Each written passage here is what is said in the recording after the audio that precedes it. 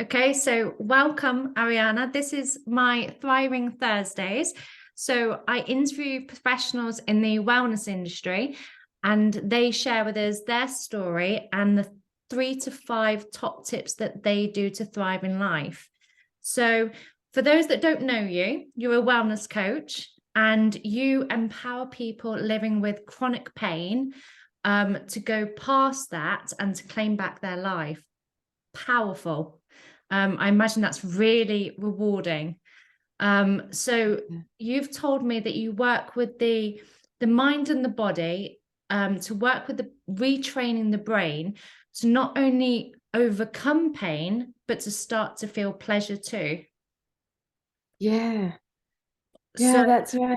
Yeah. the way that you've explained that to me, and I'll ask you to go into a little bit more for others, is that you work with the energy meridians and work with wholesome movement patterns that work with the muscles and the tendons, and you do some meditation as well. That's right. That's right, Helen. Thank you.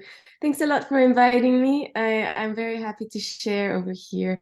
So yeah, indeed, I'm a well-being coach, and I do work with people in chronic pain. And my aim is that to tell them, anybody living with chronic pain, that you can reclaim your life back.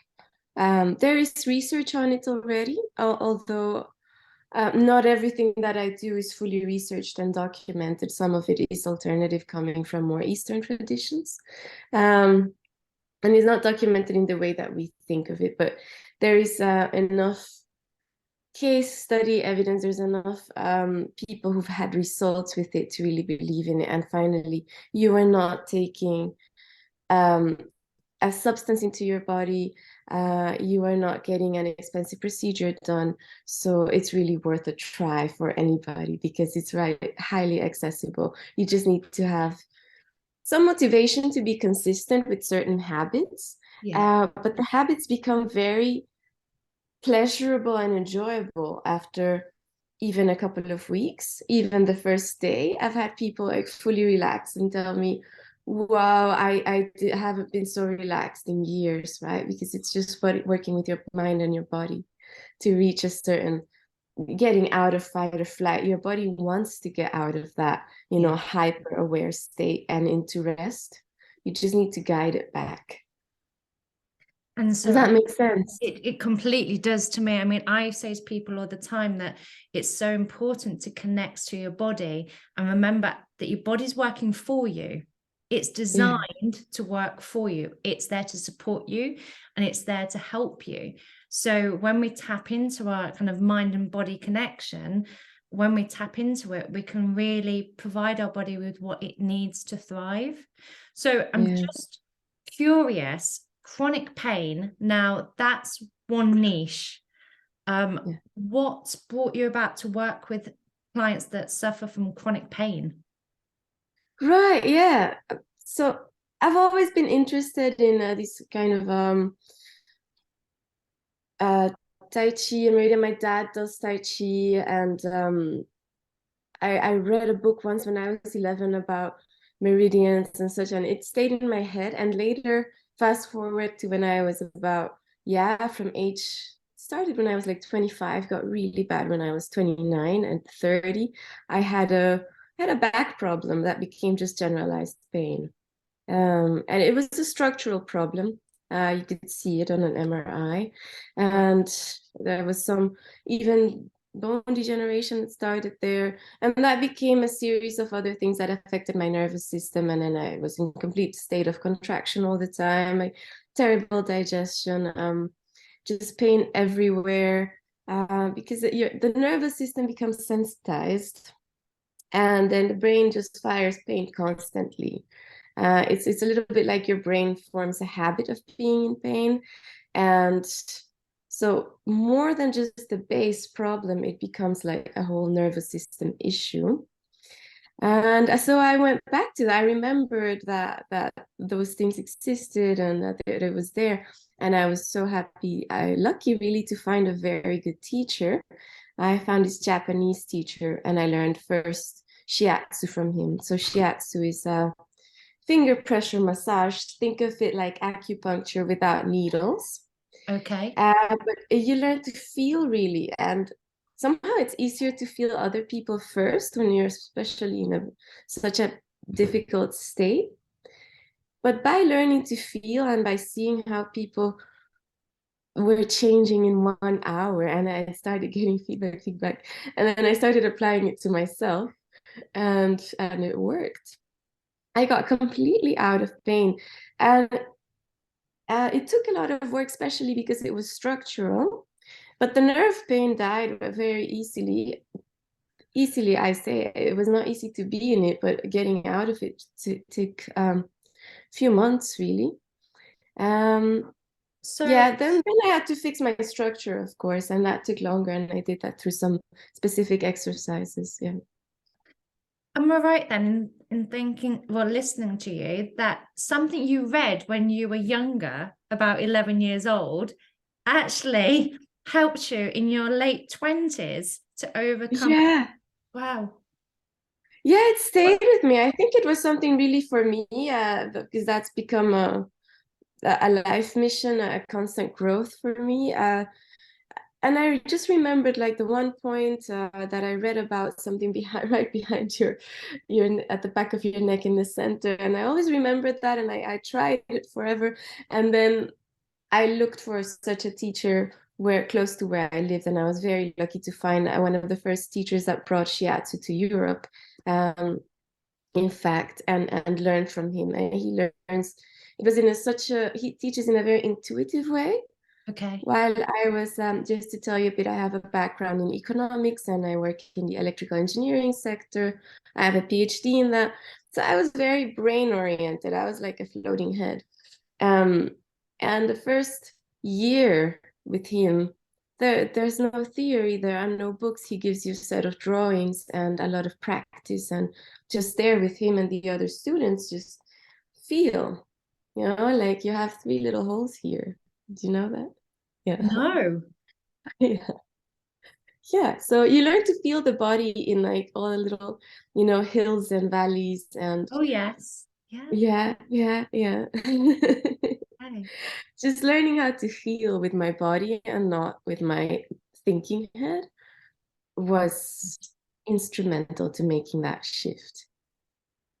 Wow, it's such powerful stuff. And also, I think so relevant, especially, I don't know whether it's happening more frequently, but I find that people and as a society, we're forgetting to connect to ourselves, um, Yeah. and our bodies and our, Mhm.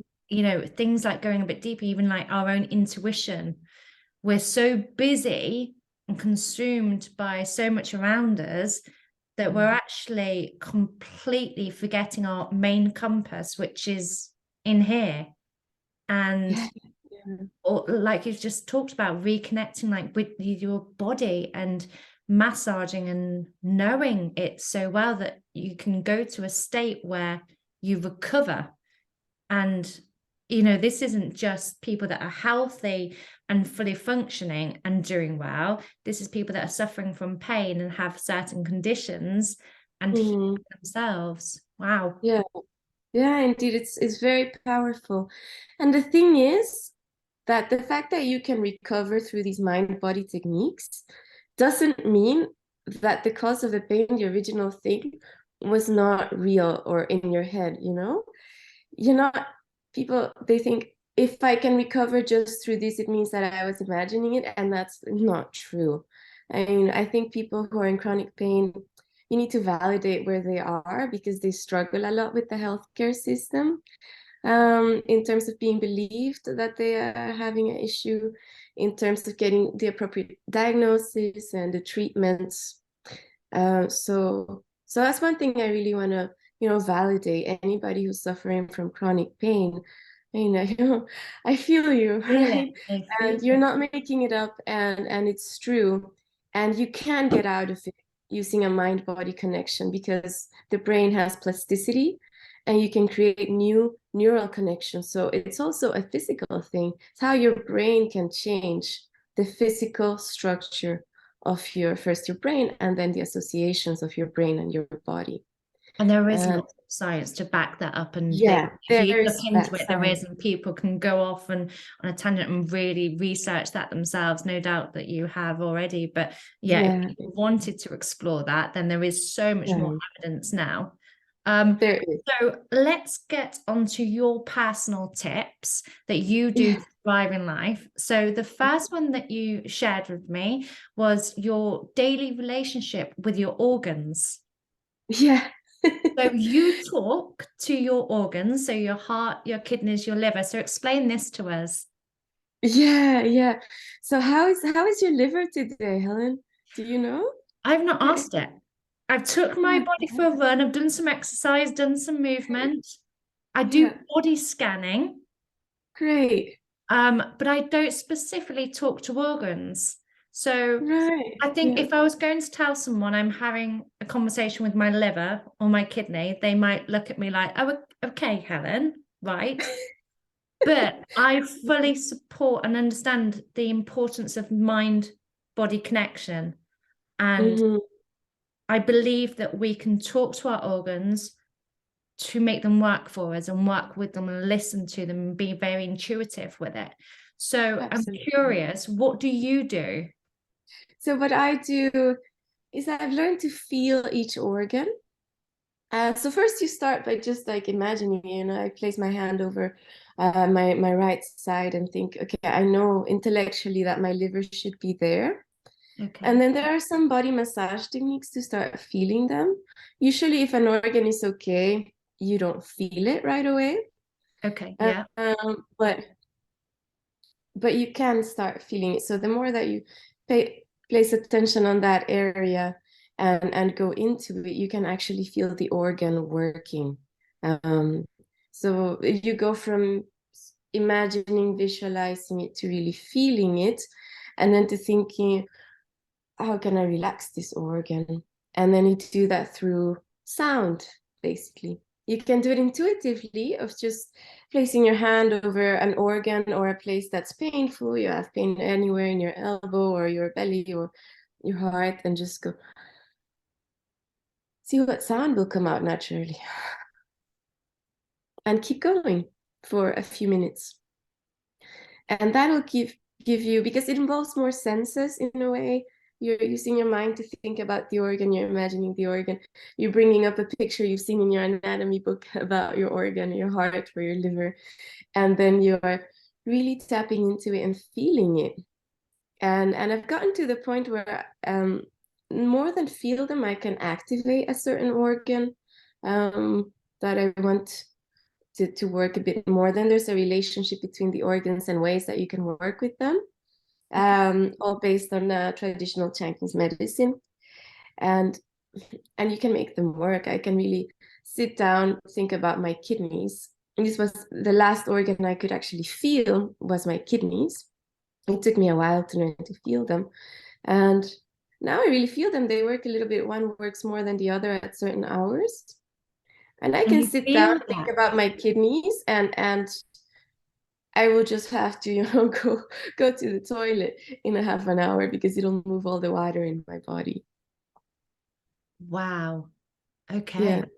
And how long did it take you? Like, was it years? Was it months, weeks? How long did it take you to connect to your individual organs?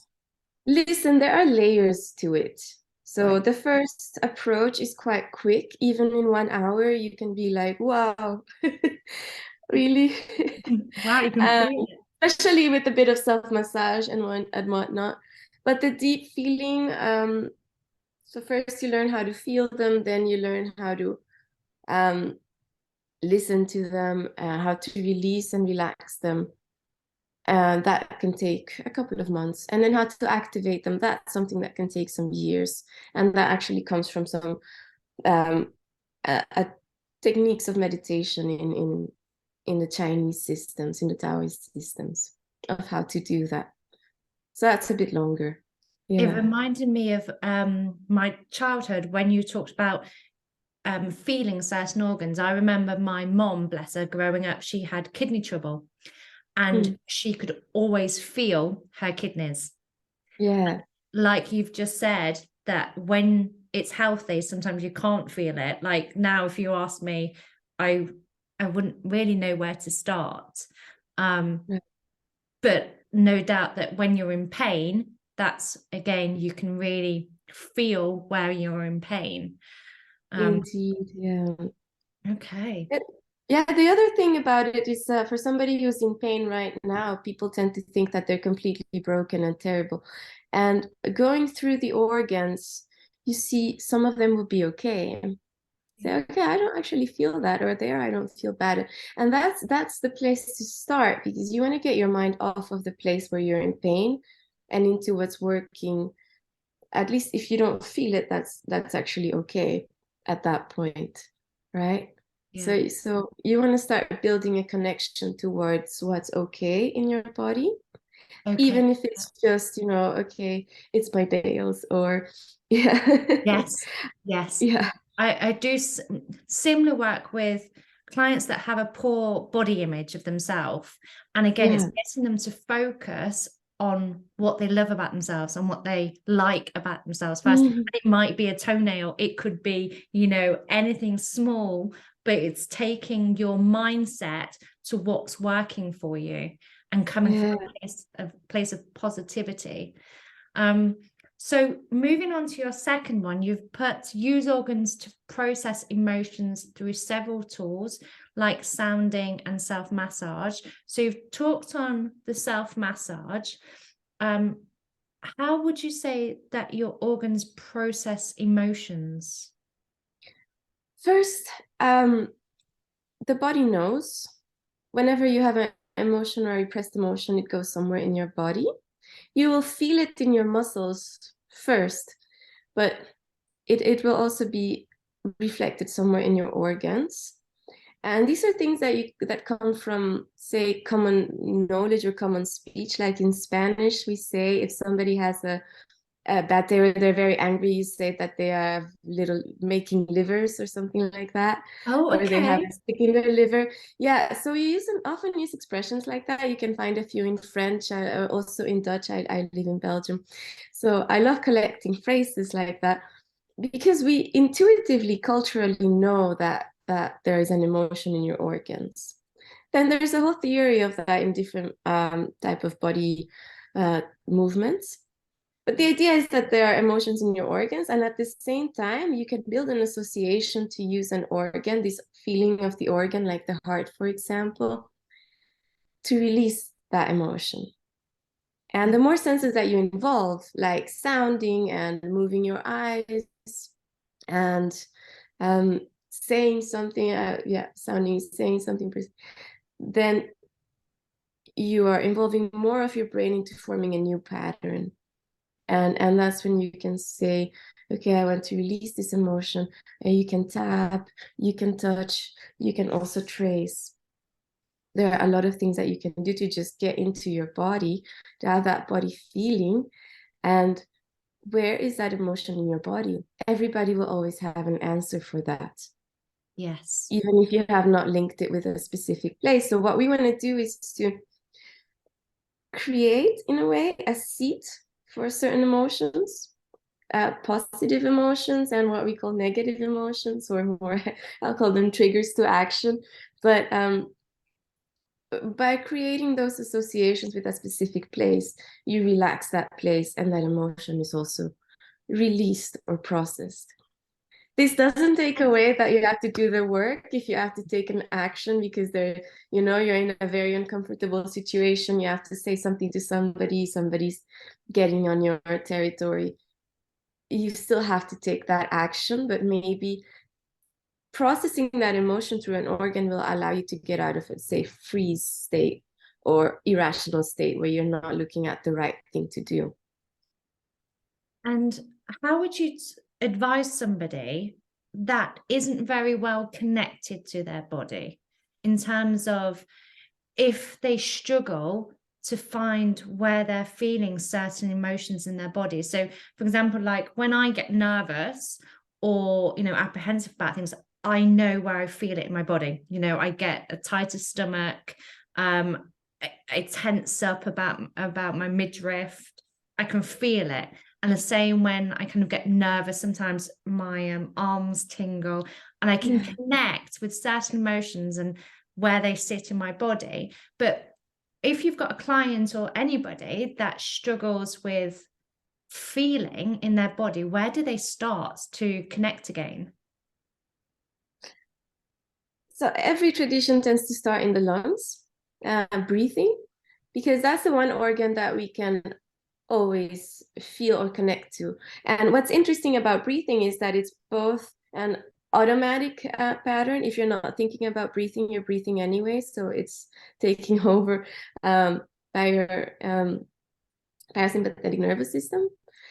And also you can control it.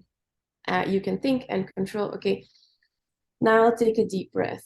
So that's why the lungs and breathing tends to be like the glue between the body and the mind, because it's the one organ that you can intentionally control.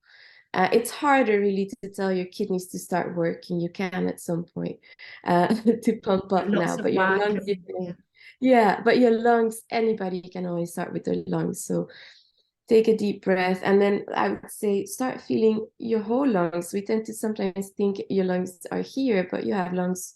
They're actually quite a big organ. They really go from your shoulders to about your ribs level, and there you can also breathe like, towards your back. Put your hands in your ribs and feel your lungs expanding, right? And that's already a start. And then people who are, if you will be in a very emotional situation, a very contracted situation, you will feel like, oh, it's a bit hard here, but it goes better if I go to the sides or to the back. It changes, right? Mm-hmm. Everybody has that feeling. Maybe they have not thought about it, but that's what we are bringing attention to, right? Yeah. And yeah, taking the time out of your day just to sit and connect with yourself again, because of the rewards are obviously, well, but they're just huge. Yeah. So going on to your third tip that you do to thrive in life was tapping into your subconscious mind, and you do that through self hypnosis. Have I got that yet? To access your creativity. So I found that interesting. So self hypnosis to access your creativity. Talk us through that. Right. I think the mind is fascinating. When the lockdown started, I was living by myself, and so I had a lot of time in my hands. I had already been meditating at that point for several years, but you have this idea that meditation is this thing that you need to do, just sort of calm down and stop thinking, and that's one aspect of it. Yeah. But in fact, that's sometimes a misconception that people think I can't meditate because I cannot stop thinking. Sometimes you need to think, right? Yes. Something. And what works for you as well? Doesn't Yeah, necessarily mean it works for somebody else. not necessarily, no. And that state of calming your thoughts down and being in a neutral space is very, very beautiful. But you can also use an intermediate state. So think about when you're falling asleep, have you ever had a really good idea that you're suddenly like, that's what I'm going to do for that presentation tomorrow or something, Yes. right? So Yes. what we want to do is catch that state. And there are actual techniques. So this I studied with somebody from Russia, a Siberian person who taught me all kinds of states of intermediate states of trance. So what we could call trance is really that state when you're between your awake and asleep. And you're closer to your dreaming mind, so you're unconscious. But you're conscious enough that you can have an intention and remember what happened. So it's a very natural state. We all go into it. I think when people are watching TV and maybe you're talking to somebody and they don't reply to you because they're so focused on what they are watching. Has that happened to you? Yeah, yeah. So it sounds as well like quite a natural state to be in. It Like, is. I know when I'm feeling really relaxed, the best ideas can come to me.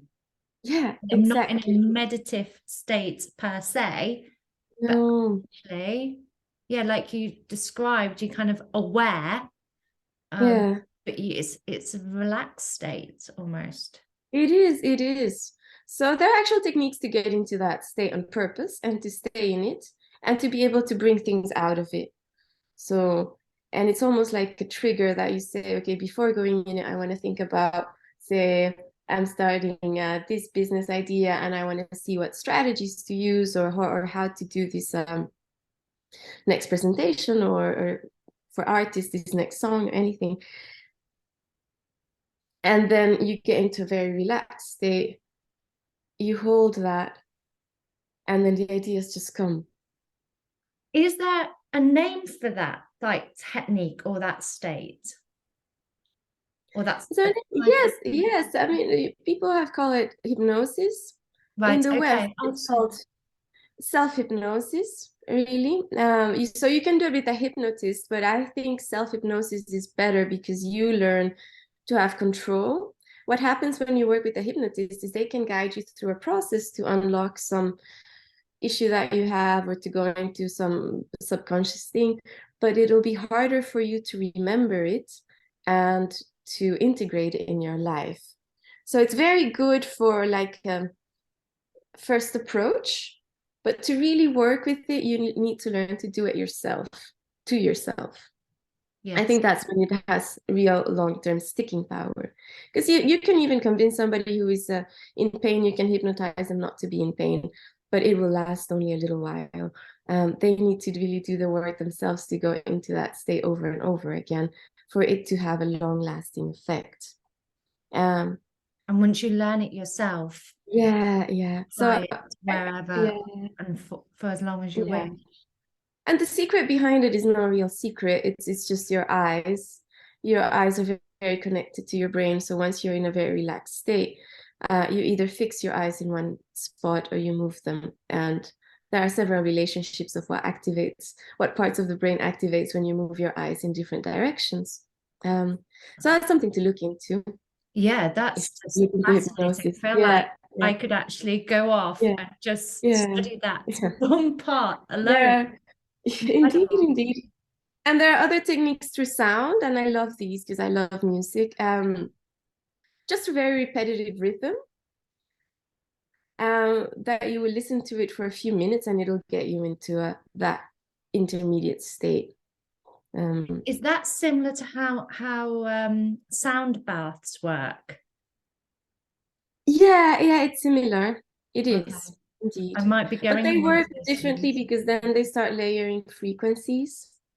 And Right. then there are whole theories about what frequencies affect each organ, for example, in what I would do.